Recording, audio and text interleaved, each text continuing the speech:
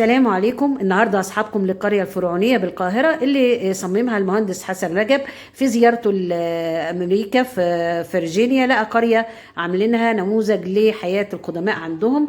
فطبعا احنا عندنا الاصل والحياه القدماء والعظمه، فبدأ يعمل القريه الفرعونيه زي ما انتم شايفين في حياه، تبين حياه القدماء كانوا عايشين ازاي. وطبعا عملها على مساحه كبيره وحفر قنوات تمثل النيل وزرع النبات البردي.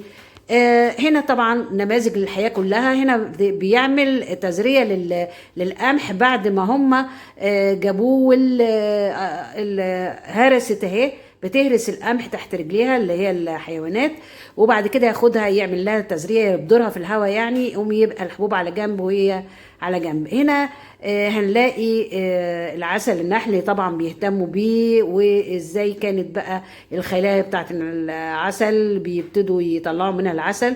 هنا منظر تاني لنموذج للنبيل هو وزوجته بيلعبوا السيجا اللي هي السيجا بتاعتنا دلوقتي، طبعا زمان كان لها اسم تاني. برضو هنا نلاقي الحرث بتاع الارض، وهنا الاهتمام بالحيوانات وتربيتها.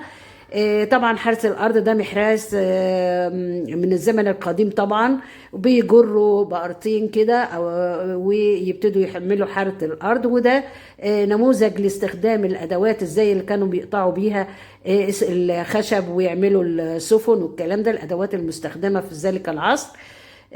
طبعا هنا برضو عمليه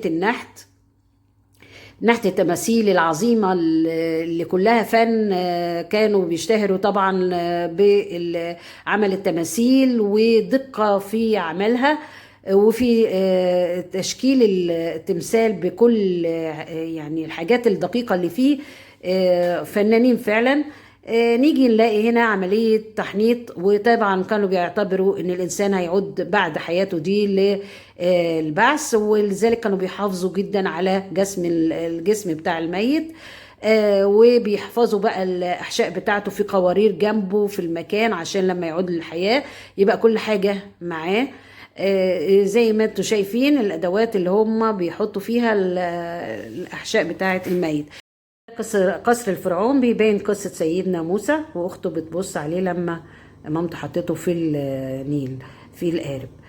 هنا بقى بنلاقي صناعة الزجاج، وطبعا كانت صناعة قديمة لو ما نشوف أوانيهم حاجات جميلة جدا.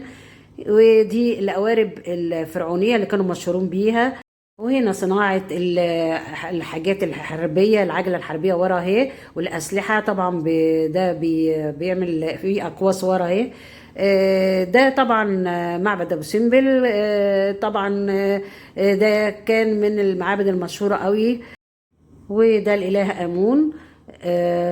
وهنا أخناتون حاطينها طبعا نماذج كده في المية. بعد كده هنلاقي برضو نماذج تانية، ودوت نموذج لأوزوريس اللي هو قتلوا أخوه أياميها بقى وعشان الحكم. وطبعا دارسينه كلكم في التاريخ هتلاقوهم. وطبعا ده طريق الكباش، نماذج يعني للطريق الكباش. وطبعا هنهي الموضوع كله بزيارة للمتاحف اللي هناك، وعجبني قوي القوارب وصناعتهم الدقيقة، علشان كده حبيت انهي بيها الرحلة بتاعتي واوريكم ازاي ان هم كانوا بيهتموا بأدق التفاصيل. ويعني الصناعة عندهم كانت عالية الجودة. شوفوا المنظر القارب، شوفوا المجداف بتاعه شكله ايه، حاجة كده يعني ولا في الخيال. والألوان اللي لسه لحد دلوقتي موجودة، فعلا تاريخ عظيم. وننهي رحلتنا بالسفينة الملكية، وادعوكم دايما لزيارة القرية الفرعونية في أي أجازات. رحلة سعيدة إن شاء الله.